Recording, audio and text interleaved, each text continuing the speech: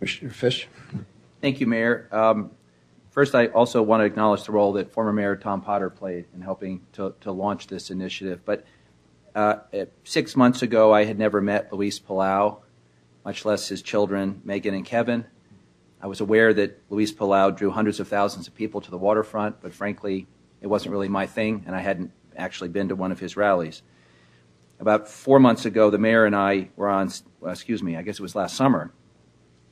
Time flies. The mayor and I, Mayor-elect and I, actually were on the stage in front of 100,000 people, which was quite an experience. And something has happened here that I think needs to be acknowledged. As long as I've lived in Portland, there has been, in my view, a divide between the faith community, particularly what I would call the more fundamentalist but evangelical wing of the faith community, and the city of Portland.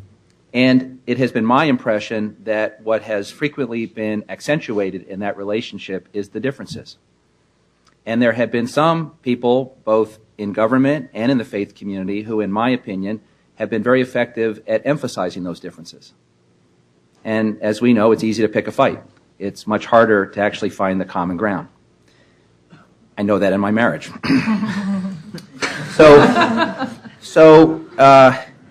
So I have watched this relationship evolve, and I will tell you I've watched it evolve with some skepticism. And I think the skepticism was shared by many folks in the faith community, as I've heard expressed at various gatherings.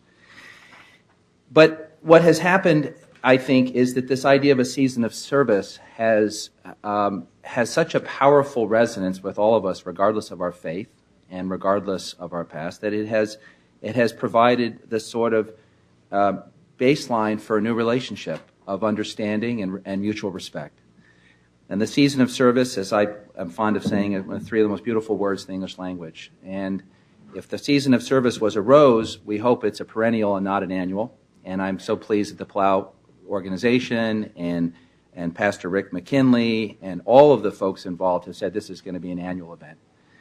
And what does it mean? It means that in addition to our existing partners in the nonprofit community and in the business community, the faith community has now stepped up and said, we want to be part of the solution.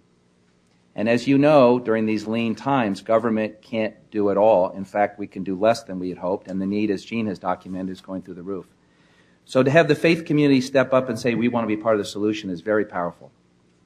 Is very powerful. And to those who are concerned that a mentoring program with a church involvement is going to involve proselytizing or transgressing the lines between church and state, we've put very clear boundaries and guidelines in place.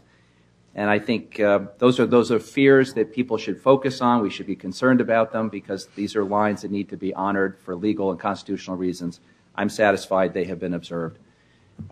This mentoring program is making a difference. You know, there are people experiencing homelessness and there are people at risk of homelessness. And what the mentoring program is doing is going upstream and saying, those families at risk, we're going to try to help avert a calamity. Because we know what happens when they enter homelessness. We know what happens to the families. We know what happens to the children. We know what happens to the sort of collateral damage. So, as the housing commissioner for the city, I want to, from the bottom of my heart, thank all of you for your great work on this. And I hope this inspires others to step up and be helpful and to help in this time of need. I want to close with a quote of Dr. King on service that we're all familiar with, but I think captures the essence of what you're doing. And that was, at one point, Dr. King said of service, everybody can be great because anybody can serve. You don't have to have a college degree to serve. You don't have to make your subject and verb agree to serve. You only need a heart full of grace and a soul generated by love. And I think that absolutely beautifully captures this partnership. And we are grateful for the $100,000, which will make a difference in the lives of families and children. And we look forward to building on this relationship going forward. And again, thank you for your service to our great city. Thank you very much.